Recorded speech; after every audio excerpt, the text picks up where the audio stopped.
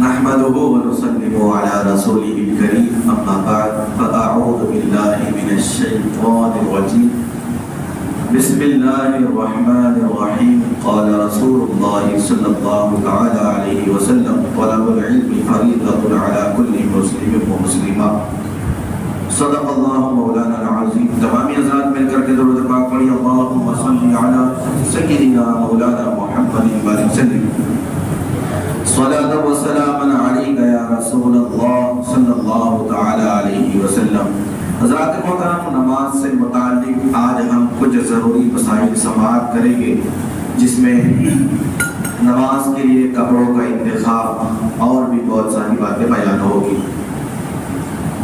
سب سے پہلی بات تو یہ ہے کہ نماز میں ہم نے شرائط نماز میں سماعت کیا کہ کپڑا صحیح ہونا چاہیے، پاک اور صاف ہونے کے ساتھ ساتھ ایسا ہو کہ انسان کے جسم کو اچھے طریقے سے ڈھک لے. کچھ باتیں اور بھی ہے کہ جو باہر کے گھروں کی دوسرے لوگوں کی ہمارے اندر آ جاتی ہے. وہ یہ ہے کہ آستین موڑ کر کے اور پائچے موڑ کر کے نماز پڑھتے ہیں کچھ نوجوان اور کچھ افراد بھی. تو یہ سراسر طور پر ہمارے اندر تو ہے ہی نہیں، سراسر طور پر یہ غلط ہے. آستین موڑ کر کے اور پائچے موڑ کر کے جو اپنی ازار یا پھر پینٹ وغیرہ ہے، پاجامہ، اس کو موڑ کر کے نماز پڑھنے کا طریقہ کہیں پر بھی موجود نہیں ہے. یہ تو 1865 کے بعد آنے والے لوگوں نے اپنے اندر طریقہ جمایا. اس سے پہلے 150 سال پہلے اس طریقے کی نماز کوئی نہیں پڑھتا تھا، اور بہانہ بنایا جاتا ہے کہ حضور علیہ السلام کی سنت ہے تختوں کے اوپر پاجامہ پیانٹ وغیرہ رکھ کر کے نماز پڑھنا. تو اس وجہ سے اگر لمبی ہو گئی ہے نہیں کیا گیا ہے، لمبی ہوئی نہیں ہے. لمبی ہونے کا اسلام میں تصور ہی نہیں دیا گیا، بلکہ اس طریقہ کا تصور دیا گیا جیسا حضور پہنتے ہیں اسی طرح پہنو. لمبی خود کی جاتی ہے، تختوں کے نیچے پینٹ پاجامہ لمبا کیا جاتا ہے، ہوتا نہیں ہے، لمبا کیا جاتا ہے. تو کہا جاتا ہے کہ پھر لمبا ہو گیا ہے تو پھر موڑ کر کے نماز پڑھ لو تو بھی سنت ادا ہو جائے گی. بالکل بھی نہیں ہوگی. کیا اس دور میں کسی کے ساتھ ایسا ہوتا نہیں ہوگا کہ ان کی ازار پاجامہ لنگی وغیرہ تختوں کے نیچے جاتی ہوگی؟ حضرات محترم، درس میں ہم نے اس بات کے تعلق سے جو ہماری کتاب ہے مکاشفۃ القلوب، اس میں بہت تفصیل سے سماعت کیا تھا. حضرت ابوبکر صدیق رضی اللہ تعالی عنہ. اب تو بہت سارے وہابی مولوی بھی اس بات کو ماننے لگے ہیں کہ ٹخنوں کے نیچے پاجامہ ازار وغیرہ رکھنا یہ ہر کسی کے لیے غلط نہیں ہے، بلکہ کچھ افراد ہیں، کچھ لوگ ہیں، ان کے لیے غلط ہے. تو بہتر تو یہ ہے کہ سنت طریقے سے ٹخنوں کے اوپر ہی رکھے. سب سے بڑی بات یہ ہے. ہاں، اگر کسی کا ٹخنوں کے نیچے اگر ہو جائے تو حضرت ابوبکر صدیق رضی اللہ تعالیٰ عنہ کے بارے میں ایک بات آتی ہے کہ حضور علیہ السلام نے فرمایا کہ وہ حصہ جو ازار وغیرہ کے بڑے ہونے کی وجہ سے اتنا ڈھکا ہوا ہے کہ ٹخنوں کے نیچے تک کہ وہ جا رہا ہے، تو ٹخنوں کے نیچے کا حصہ جتنا بھی ازار پینٹ وغیرہ کی وجہ سے ڈھکا رہے گا، فرمایا گیا کہ اتنا حصہ جہنم کی آگ میں جلایا جائے گا. تو حضرات محترم، یہاں پر حضور علیہ السلام نے تکبر کا لفظ استعمال فرمایا. تکبر کی وجہ سے اگر کوئی ایسا کرے گا تو اس کا اتنا حصہ جہنم کی آگ میں جلایا جائے گا. پتہ چلا جس کے اندر تکبر ہے، گھمنڈ ہے کہ نہیں میں اتنا لمبا پہنوں گا تو میں لوگوں کے سامنے بالکل اچھا دکھوں گا، میں ایک دم بالکل ماڈرن دکھوں گا اور زمانے کے ٹرینڈ کے حساب سے میں خوبصورت لوگوں کے اندر نظر آؤں گا، تو اس میں تکبر پایا گیا. یا پھر گھمنڈ یہ کہ میں اتنا زبردست پہنتا ہوں کہ مجھے یہ اوپر تک کے پاجامہ اور پینٹ پہننے کی ضرورت نہیں، میں تو امیر باپ کی اولاد ہوں، میں لمبا کر کے پہنوں گا، ایسا ویسا. اس طریقے کا اگر تکبر پایا گیا تو ایسے شخص کے بارے میں کہا گیا کہ اس کے لیے وہ گناہ ہے. ایسے تکبر والے شخص کے لیے ایسا پینٹ پیجامہ پہننا جو کہ ٹخنوں کے نیچے جائے وہ اس کے لیے گناہ ہے اور اسی کا اتنا حصہ جہنم کی آگ میں چلایا جائے گا. ورنہ اگر کوئی ایسے ہی سادھارن طور پر کہ بس ایسے ہی سمپل طریقے سے اگر کوئی پہنتا رہے، نہ اس کے دل میں تکبر ہے، نہ کینہ ہے، نہ کچھ ہے، تو پھر اس کے لیے کوئی غلط بات بھی نہیں ہے. لیکن اس کے لیے بھی سنت ہے کہ وہ سنت طریقے، اس کے لیے بھی ضروری ہے کہ سنت طریقے سے نماز کے لیے وہ اپنا بہتر لباس پہنے جو ٹخنوں کے اوپر تک کے ہو، جو ٹخنوں سے اوپر ہو.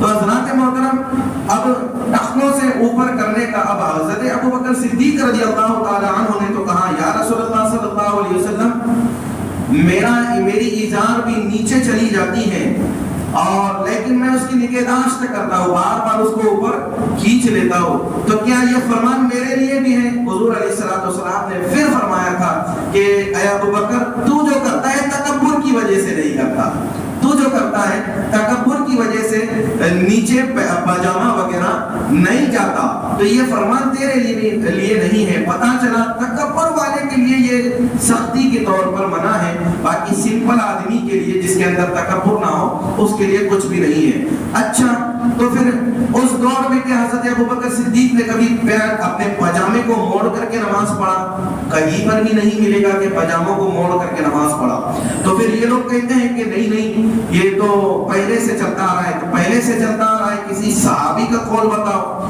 کسی نبی پاک صلی اللہ علیہ وسلم کی کسی حدیث کا حوالہ بتاؤ. تو ایک بھی یہاں پر زبان کھولتا ہوا آپ کو نہیں ملے گا. کوئی بھی یہی کہے گا کہ نہیں کہیں نہیں لکھا ہے، یہ تو ہم بس اپنے طریقے سے موڑ کر کے نماز پڑھنا چاہتے ہیں. تو حضرات محترم، جو لوگ کہتے ہیں کہ میلاد اتنے سال حضرت ابو بکر صدیق کے زمانے میں گزرا، عمر کے زمانے میں گزرا، عثمان کے زمانے میں گزرا، حضور علیہ السلام کے زمانے میں اتنے سال میلاد حضور علیہ السلام کے زمانے میں رہا، ظاہری زمانے میں رہا، حضور نے کب منایا، صحابی نے کب منایا، ابو بکر نے کب منایا، اس طریقے کی باتیں ہم سے حوالے کے طور پر مانی جاتی ہیں. پھر ہم کہتے ہیں کہ بتاؤ کیا ابو بکر صدیق نے کبھی پینٹ کو پاجامے کو موڑ کر کے نماز پڑھی، یا عمر فاروق اعظم نے کبھی پاجامے کو موڑ کر کے نماز پڑھی؟ کوئی جواب نہیں دے پائے گا، کیونکہ کسی کتاب میں نہیں لکھا ہوا ہے کہ پاجامے کو موڑ کر کے نماز پڑھنا چاہیے.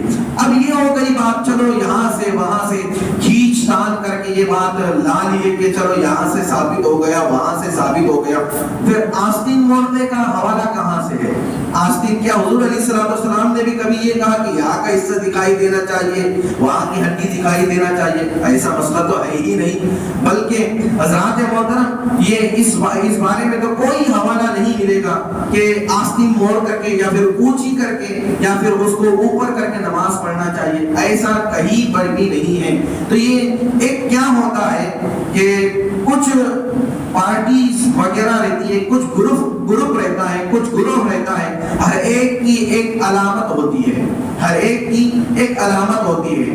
وہ اپنی علامتیں ایسی رکھتے ہیں کہ بس ہم کو کسی کی ضرورت نہیں ہے، ہم اپنی علامت کو نہیں چھوڑیں گے اور کھینچ تان کر کے اس کی تعویل بھی کریں گے. تعویل مطلب اس کی حفاظت بھی کریں گے کہ یہ یہاں سے ثابت ہو گیا، وہ وہاں سے ثابت ہو گیا.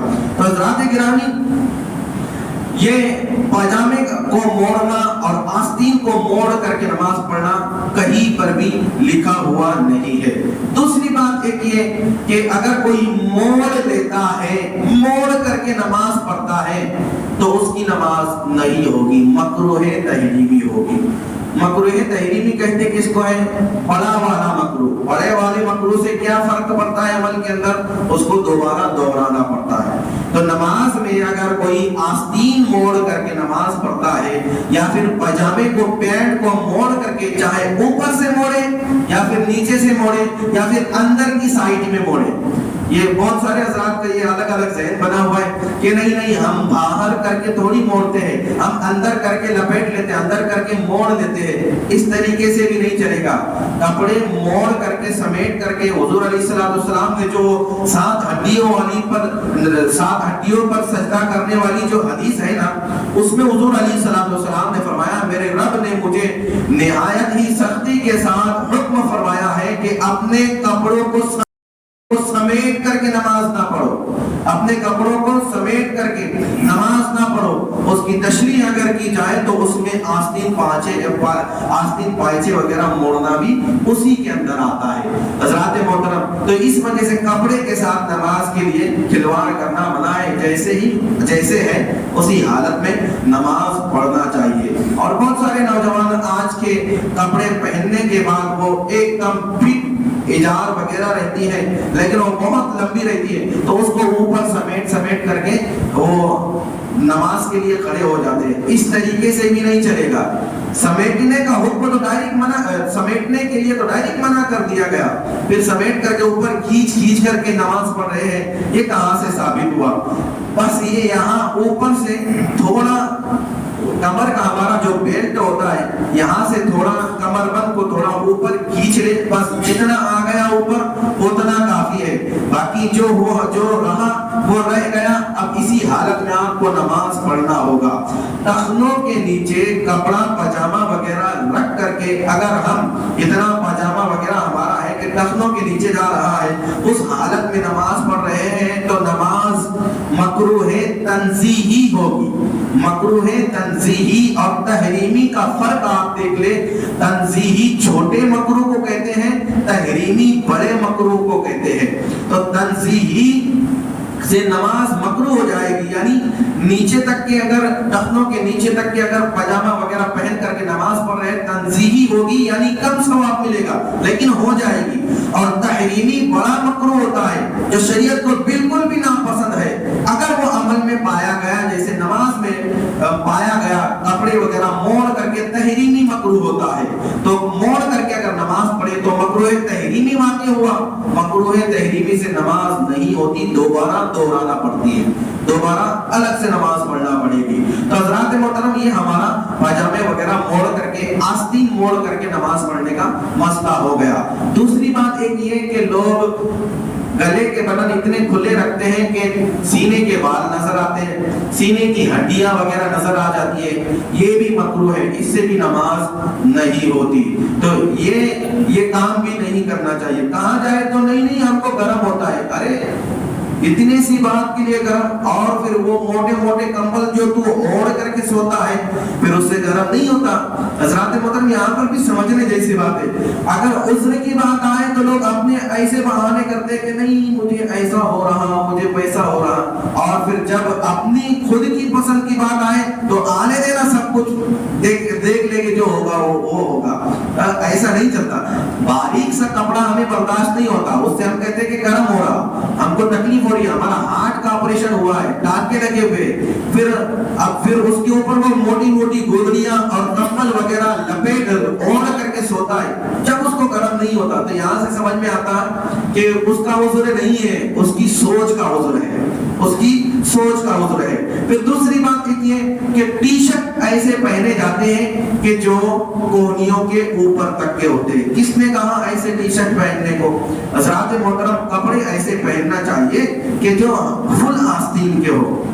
بہت سارے یہ بھی مسئلے ہوتے ہیں کہ اگر نو مولوی اگر یہ کہتے کہ ٹی شرٹ پر نماز نہیں ہوتی ہے اور اس کو ٹی شرٹ پہننا ہے، اور 10واں ایک مولوی اگر کہتے کہ ٹی شرٹ پہ نماز ہو جاتی ہے تو وہ 9 کا انکار کر دے گا، 10ویں کو پکڑ کر کے رکھ لے گا۔ تو حضرات محترم، 10ویں کو پکڑ کر کے رکھ لے گا، تو یہ کیا ہے؟ یہ ہماری مرضی کے مطابق ہم کو مسئلے کا حل چاہیے، ہماری مرضی کے مطابق ہم کو مسئلہ ہمارے حق میں ہونا چاہیے، تو ایسا نہیں چلتا۔ ایک مسئلہ یہ بھی ہے کہ بہت سارے لوگ یہ کہہ دیتے ہیں کہ نہیں یہ مولانا کچھ بولتا ہے، وہ مولانا کچھ بولتا ہے، تو پھر سب سے سیدھی بات تو یہی ہے، پھر بتانا نبی پاک صلی اللہ علیہ وسلم سے کبھی ٹی شرٹ ثابت ہے؟ صحابہ سے کبھی ٹی شرٹ ثابت ہے؟ جب ثابت ہی ایسا کپڑا نہیں ہے، ہاف کپڑا ثابت ہی نہیں ہے، تو پھر کیوں پہننا؟ نماز کے لیے کوئی اچھا مکمل بہترین کپڑا پہنو جس کے اندر انسان کامل مومن نظر آئے۔